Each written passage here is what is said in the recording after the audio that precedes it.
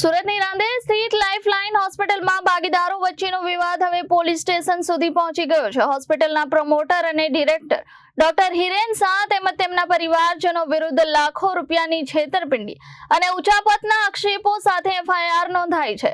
ભાગીદારોને અંધારામાં રાખી share transfer કરવા તેમજ હોસ્પિટલના ફાર્મસી અને ડાયાલિસિસ સેન્ટરમાં નાણાકીય ગેરરીતિ આચરવામાં આવી હોવાના આરોપો સામે આવ્યા છે.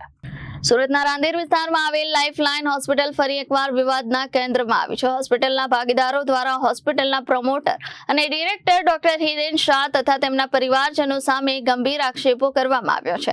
ફરિયાદ મુજબ ભાગીદારોની જાણ બહાર કંપનીના શેર ટ્રાન્સફર કરવામાં આવ્યા હતા તેમજ હોસ્પિટલના વહીવટમાં ગેરરીતિઓ આચરી લાખો રૂપિયાની ઉચાપત કરવામાં આવી હોવાનો આરોપ મુકાયો છે. આ ફરિયાદમાં હોસ્પિટલના ફાર્મસી વિભાગ અને ડાયાલિસિસ સેન્ટરના હિસાબોમાં પણ ગેરવ્યવહાર થયો હોવાનો ઉલ્લેખ કરવામાં આવ્યો છે. ભાગીદારોનો આક્ષેપ છે કે તેમને મહત્વના નિર્ણયો અને નાણાકીય વ્યવહારો અંગે અંધારામાં રાખવામાં આવ્યા હતા. આ મામલો ગંભીર બનતા રાંદેર પોલીસ સ્ટેશનમાં એફઆઈઆર નોંધાઈ છે. ફરિયાદના આધારે પોલીસે તપાસનો ધમધમાટ શરૂ કર્યો છે અને સંબંધિત દસ્તાવેજો તેમજ નાણાકીય વ્યવહારોની ચકાસણી હાથ ધરી છે. હોસ્પિટલના આંતરિક વિવાદે હવે કાનૂની સ્વરૂપ ધારણ કરતા સમગ્ર આરોગ્ય ક્ષેત્રમાં આ મામલો ચર્ચાનો વિષય બન્યો છે. પોલીસ તપાસ બાદ જ સમગ્ર મામલાની હકીકત સામે આવશે.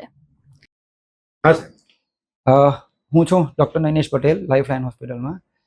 મારી સાથે છે ડૉક્ટર અંકુર ચૌધરી, ડૉક્ટર રાજીવ પંડ્યા.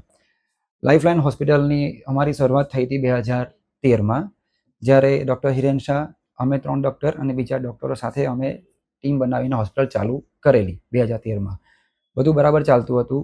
પછી 2 ડૉક્ટરો એમાંથી છૂટા પડ્યા. 2018માં અમે 6 ડૉક્ટર હતા અને ત્યારે અમારી પ્રાઇવેટ લિમિટેડ કંપનીમાંથી પબ્લિક લિમિટેડ કંપની બનાવવામાં આવેલી હતી. હિરેન શાહની એ પ્રમાણે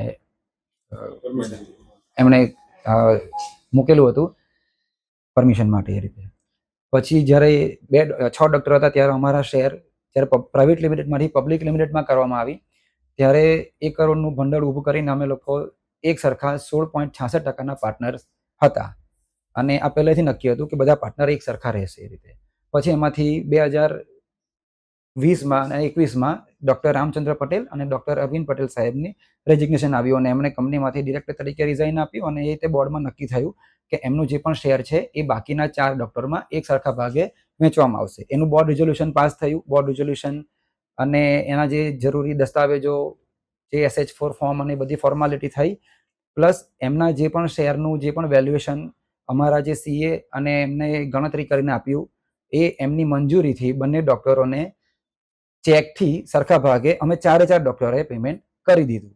પણ એ દરમિયાન ડીમેટેરિયલાઇઝેશન કરવા માટેની પ્રોસિજર ચાલુ કરેલી. એટલે જે ફિઝિકલ શેર હતા જે ડીમેટમાં આવશે એ દરેકના 6 ડૉક્ટરના ડીમેટ અકાઉન્ટમાં આવશે અને પછી એ ડિરેક્ટરના શેર તમારા ડીમેટમાં ટ્રાન્સફર થશે અને તમને 4 ડૉક્ટરોને 25%ની પાર્ટનરશિપ પ્રમાણે શેર મળશે. એવું અમને હિરેન શાહ સાહેબ અને એમના સંજયભાઈ જે અમારું અકાઉન્ટ અને આ જે ROC અને શેરની જે પણ પ્રોસેસ કરતા હતા એમણે અમને સમજાવેલું.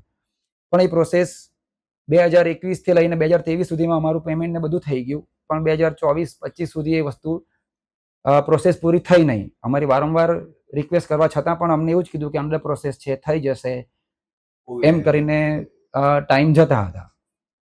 પછી સમય જતાં અમને ખબર પડી 2025 પતવા આવ્યું ત્યારે કે હિરેન શાહ ડૉક્ટરે ડૉક્ટર રામ અને ડૉક્ટર અરવિંદના જે પણ શેર જે અમારા 4માં વેચવાની વાત કરેલી હતી એના જગ્યા પર એમણે એમને સાથે મળીને બધા શેર પોતે લઈ લીધા.